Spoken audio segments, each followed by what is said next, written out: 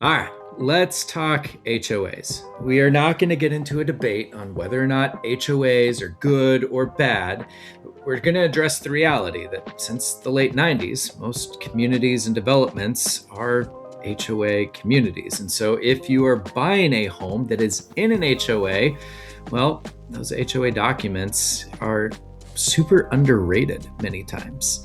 And reviewing the HOA is part of the home buying process where I find a lot of buyers just kind of drift. And that's not because they don't care, but because HOA documents are these legal, long, dry, heavy duty paperwork that feels so disconnected from real life. But it's in these HOA docs that a lot of real risk lives. I mean, it's quiet risk, slow moving risk. It's the kind that you don't really notice until it costs you a bunch of time and money or options or makes your home really hard to sell. And so, if you're buying a home, this is one of those places where slowing down and taking your time really pays off. When I'm reading HOA documents, I'm not doing it to memorize the rules. Instead, I'm asking a much simpler question, and it's this: what could realistically go wrong here? And who ends up paying for it if it does? Now, if you read with that question in mind, the important parts of the HOA docs stand out pretty quickly. Let's start with rental restrictions because pretty much all HOAs talk about this. And even if you're convinced that you are never going to rent out your home, these things still matter because rental rules, they don't just affect you, but they affect who can buy your home later. So I've seen communities where long-term rentals are capped at like 20% of the homes in the community. And by the time a seller wants to list, well, that cap might already be full.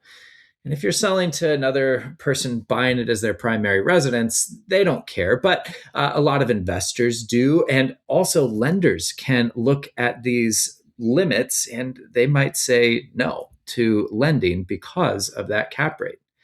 It's not that a home becomes unsellable, but it just might take longer and price sensitivity can creep in. Rental restrictions aren't all bad, right? Like they can absolutely stabilize neighborhoods and communities as well. But when these rental restrictions are tight or changeable, and especially when a HOA board has a lot of discretion on how these things are enforced, that's when it gets a bit unpredictable, and unpredictability is never good when it comes to resale of your home.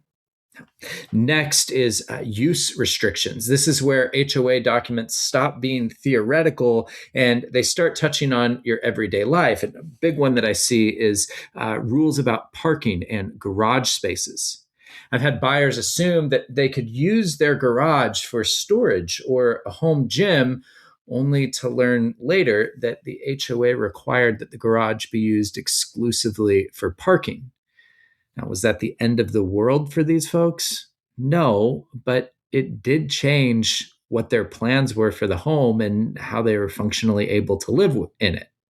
And this can be the same with vehicle restrictions that quietly rule out work vans or work trucks that are not allowed to be parked in the driveway or on the street. There's also rules that can restrict how many pets you're able to have or the size or the breed. There can be home business bans that affect your ability to generate income through your property.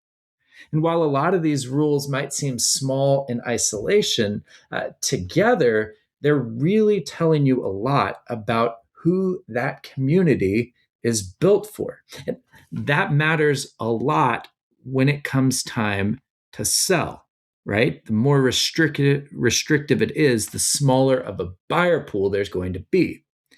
Now, let's talk about another section that most people just skim, and they really shouldn't. And that is the financial health, the insurance, and any sort of litigation or major repairs that an HOA is facing. Now, all of these are answering the same question, which is when something breaks or leaks or fails, who's got to pay for it? How is it getting paid for? And I've seen HOAs with dues that looked fantastic, like really, really low dues. But then you go and look at their financial documents, and their reserves have not kept pace with some of the capital expenses they have coming up. So that when a major repair hits, suddenly every owner in the HOA is hit with a significant special assessment, not because the homeowners in the neighborhood did anything wrong, but because the math finally caught up. And insurance can add another layer to this. I've seen buyers shocked to learn that their HOA carried a master policy with a $100,000 deductible. So then, one playground injury later, and the homeowners are scrambling to cover deductible costs that they never expected. And of course, there's the risk of litigation, which is when the HOA might be sued for something like mismanaging funds, which, yikes, but it happens more than you might like to think. And as long as that suit remains unresolved, well, potential buyers seriously hesitate and their financing options shrink, because what lender wants to take on that kind of risk? This can make selling a home in an HOA community nearly impossible. Now, none of these financial concerns automatically mean don't buy this house, but it does mean that you should really take the time to understand what it is that you're stepping into. Then there's the whole question of enforcement of HOA rules. And this part isn't always about money and fines, or at least not right away. It certainly can become that. But for me, enforcement has more to do with predictability and fairness, because I've seen HOAs with really strict rules that were enforced evenly and calmly. But I've also seen HOAs with vague rules that were enforced selectively. And it kind of made you wonder, why are you enforcing that here and not there? And it's actually way harder to live in an HOA that's vague and unpredictable. Not because having rules in a community are inherently bad, but because uncertainty is what wears on people over time. And communities with ongoing internal friction tends to show up eventually. So again, at least for me, I'd rather have an HOA with rules that are clear and predictably enforced than a seemingly lenient HOA with a bunch of rules on the books, but only ones that ever get enforced when someone complains. Now, related to HOA documents, where buyers tend to struggle isn't with their intelligence, it's just timing and how seriously they take things. They skim these documents early on in the home buying process. They say, oh, I'll plan to read that later. But then they finally review like after closing or when they're way too emotionally invested. And that's when small risks get brushed off, even when they really did deserve a second look or a closer look.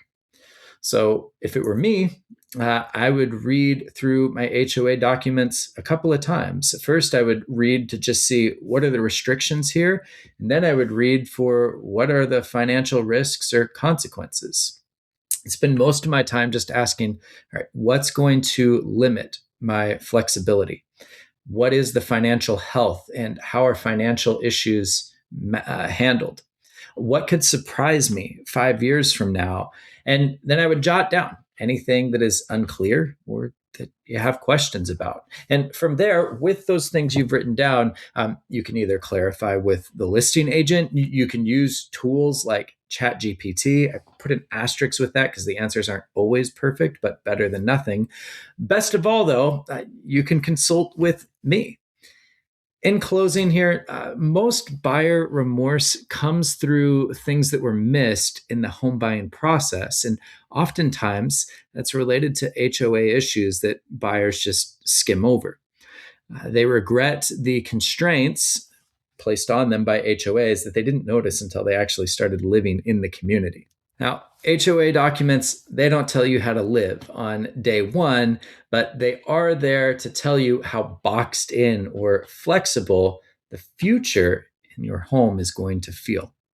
So again, if you're buying and you want a second set of eyes on your HOA documents before you commit to a home, that pause alone can save you a lot of money and certainly a lot of frustration later. That's what I got for you in this one. I'd love to hear your thoughts on things that you missed or wish you would have paid closer attention to in HOAs. Let me know if you got any other questions in the comments. Before you go, subscribe, like, share, all of those things that help me reach more home buyers with this message of empowerment. Thanks, y'all. We'll see you in the next one.